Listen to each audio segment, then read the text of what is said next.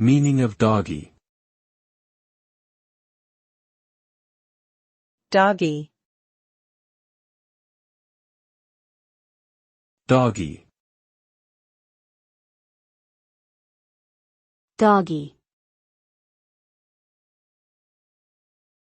Doggy.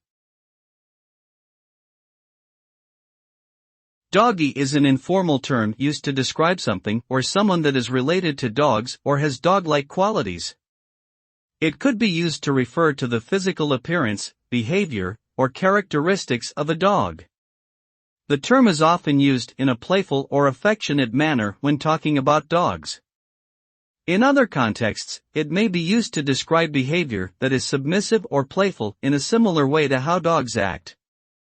Overall, doggy is a term that is closely associated with dogs and their characteristics.